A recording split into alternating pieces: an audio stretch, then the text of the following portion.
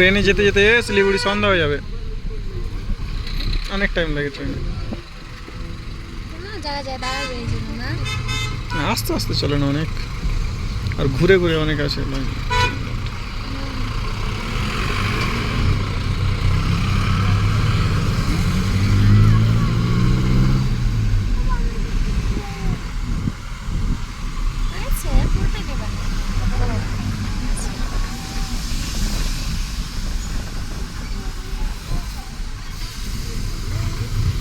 tourist আসা শুরু হবে দুর্গাপূজার কয়েকদিন আগে থেকে,